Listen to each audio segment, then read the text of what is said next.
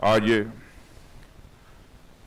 राज्यसभा में जब कृषि से संबंधित दो विधेयकों पर चर्चा चल रही थी, उस समय राज्यसभा के अंदर जो कुछ भी हुआ वह जहां दुखद था वही दुर्भाग्यपूर्ण था, और इससे भी आगे जाकर मैं कहना चाहूंगा कि वह अत्यधिक शर्मनाक था। मैं जानता हूं कि संसद की कार्रवाई सुचारू रूप से चलाने के लिए जहां पर सत्ता पक्ष की जिम्मेदारी बनती है, वहीं पर विपक्ष का भी सहयोग अपेक्षित है। विपक्ष की भी संसदीय मर्यादाओं का पालन करते हुए अपनी भूमिका का निर्वाह करना यह अपेक्षित होता है, एक्सपेक्टेड होता है विपक्ष के द्वारा भी। लेकिन आम जनता के अंदर, आम किसानों के अंदर एक गलतफहमी पैदा करके केवल निहित राजनीतिक स्वार्थ को साधने की जो कोशिश की जा रही है, मैं समझता हूं कि स्वस्थ लोकतांत्रिक परंपराओं के यह अनुकूल नहीं है।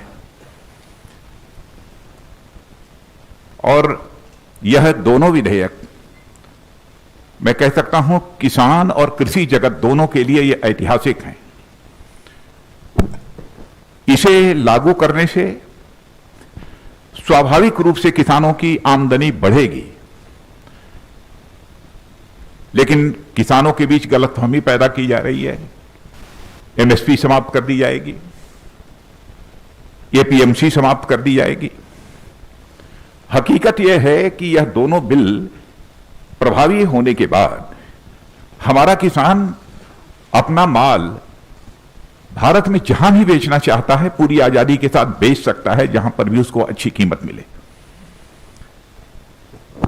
न तो एपीएमसी समाप्त हो रही है और न तो एमएसपी समाप्त हो रही है।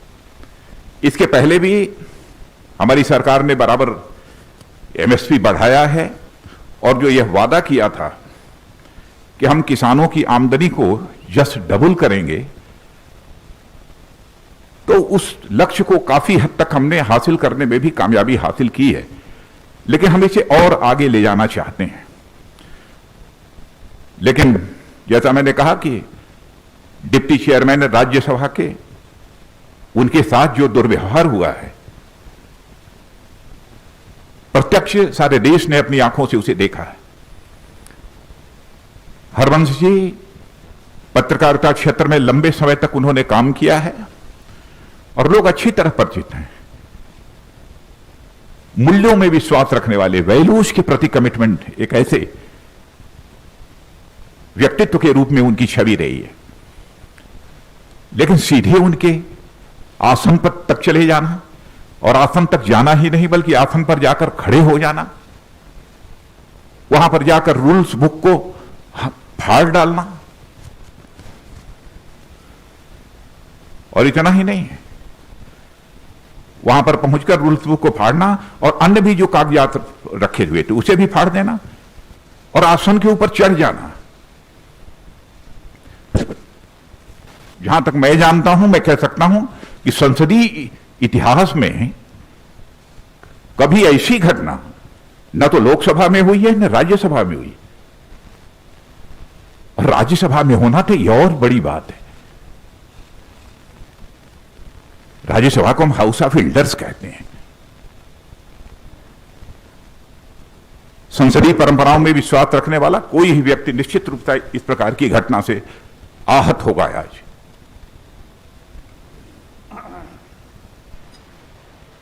केवल भ्रामक तथ्यों के आधार पर हमारे देश के किसानों को गुमराह करने की कोशिश की जा रही है।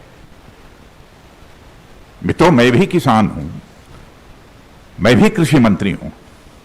मैं तो अपने जीवन में, राजनीतिक जीवन में कभी यह सोच नहीं सकता कि हम जिस सरकार में हुआ, सरकार कुछ ऐसा कदम उठाएगी जो किसानों के हितों पर चोट पहुंचाने वाला होगा।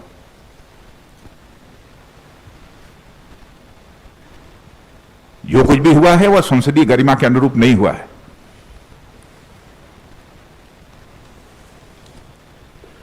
और संसदीय लोकतंत्र में मर्यादाओं का बहुत बड़ा स्थान होता है।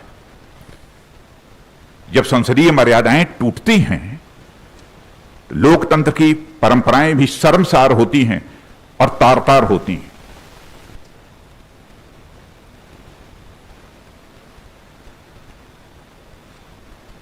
और कुछ सांसदों के द्वारा उपसभापति जी के साथ जैसा आचरण किया गया है उसकी जितनी भी भर्त्सना की जाए वह कम है।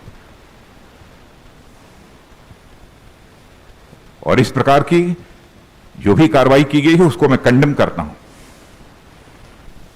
और मैं यह स्पष्ट करना चाहता हूं, इस प्रकार की कार्रवाई से उनके छवि पर तो आंच आई ही है, संसदीय गरिमा को भी गहरी चोट पहुंची है।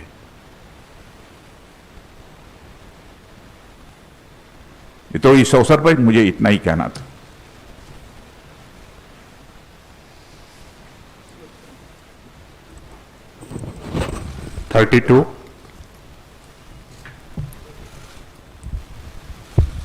सर, मैं प्रशांत हूँ एबीपी न्यूज से। विपक्षी पार्टियों ने उपसभापति के खिलाफ एक नो कॉन्फिडेंस का नोटिस दिया है सर, उस पर क्या कहेंगे आप? और उसका प्रोसीजर क्या है सर? प्रहलाद जोशी सर हैं यहाँ पर, उसका प्रोसीजर क्या होगा सर? नोटिस दिया है, उसके बाद कैसे टेकअप होगा ये? अब चेयरमैन देखेंगे, नोटिस गई है, चेयरमैन को जो इस संबंध में फैसला करना होगा करेंगे। हम राजनीतिक स्तर पर उस संबंध में कुछ नहीं कहना चाहेंगे, यह प्रेरोगेटिव पूरी तरह से चेयरमैन का है। 50 सर, आनंद हूँ इंडिया टीवी से। विपक्ष बार बार ये कह रहा है कि वो उनकी आवाज़ को राज्यसभा में दबाया गया है। बार बार वो मत विभाजन मांग रहे थे, लेकिन जो चेयर पे बैठे थे उपसभापति, उन्होंने मत विभाजन नहीं किया। और साथ ही साथ विपक्ष बार बार एक तर्क ये दे रहा है कि जो सरकार अपनी कैबिनेट मंत्री हरसिमरत कौर को नहीं समझा पाई इस बिल के फायदे को, वो किसानों को और बाकी देश को क्या समझाएगी? समझाने का जहां तक सवाल है, समझाने की कोशिश तो सबको हो रही है। और ऐसे लोग जिनके हर व्यक्ति के फैसले लेने के पीछे कुछ राजनीतिक कारण होते हैं, कैसे उन्होंने यह फैसला किया उस संबंध में मैं कोई टिप्पणी नहीं करना चाहता हूं। लेकिन इस प्रकार का आचरण हेल्दी डेमोक्रेसी में यह तो सभी स्वीकार करेंगे ना कि अपेक्षित नहीं है। 60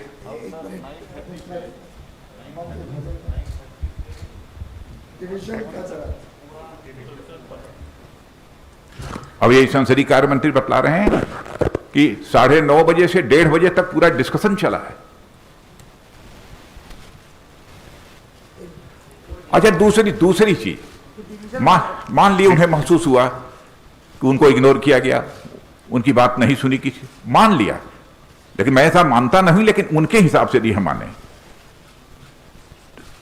तो क्या इस हेल्दी पार्लियामेंट्री डेमोक्रेसी में उस व्यक्ति को वायलेंट होना चाहिए, चेयर पर अटैक करना चाहिए, डिप्टी चेयरमैन के आसन पर चढ़ जाना चाहिए? क्या उचित है इसका? माइक तोड़ देना चाहिए? मित्रों, सचमुच मैं इससे आहत हुआ हूं। नेक्स्ट क्वेश्चन है सर, जो आपने प्रश्न किया डिवीज़न का, जिस समय वाइस चेयरमैन साहब जो उनकी अलग अलग अमेंडमेंट्स थे उस पर वो डिवीज़न के लिए उन्होंने कहा, उस समय वो सारे लोग जो है वो बेल में थे और वहाँ हंगामा ही नहीं कर रहे थे, सारे माइक्स तोड़ डाले थे और माइक्स तोड़ करके हाथ में ले करके, और एक तरह से वायलेंट अप्रोच था उनका। उस समय अगर वो वायलेंट थे तो उसमें अगर वो किसी भी तरह के पार्लियामेंट्री डेकोरम की बात कर रहे हैं तो निश्चित तौर से बिल्कुल गलत है। और बार बार जो है वो वाइस चेयरमैन साहब ने कहा कि आप अगर डिवीज़न चाहते हैं तो आपको अपनी सीट पर जाना ही चाहिए, लेकिन कोई नहीं गया, बल्कि जैसा कि आदरणीय राजनाथ जी ने कहा कि वो तो हमारे जो राज्यसभा के स्टाफ के लोग थे उनकी मेज पर थे, एक दूसरे की कंधों पर जो है वो नारेबाजी कर रहे थे।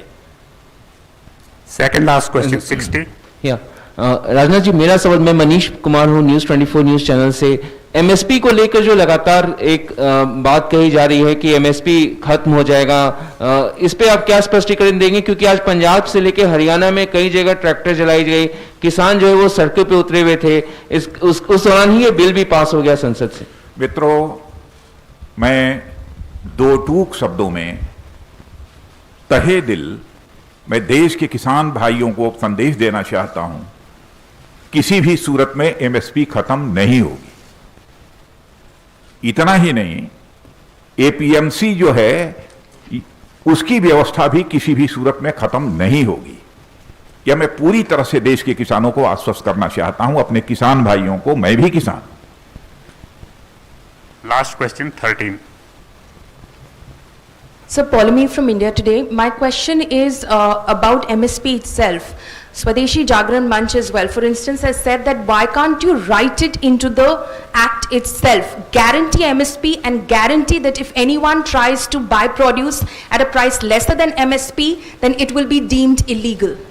इस तरह की खबरें देखने के लिए आप हमारे चैनल को लाइक करके सब्सक्राइब कीजिए और नोटिफिकेशन बेल ऑन कीजिए। धन्यवाद।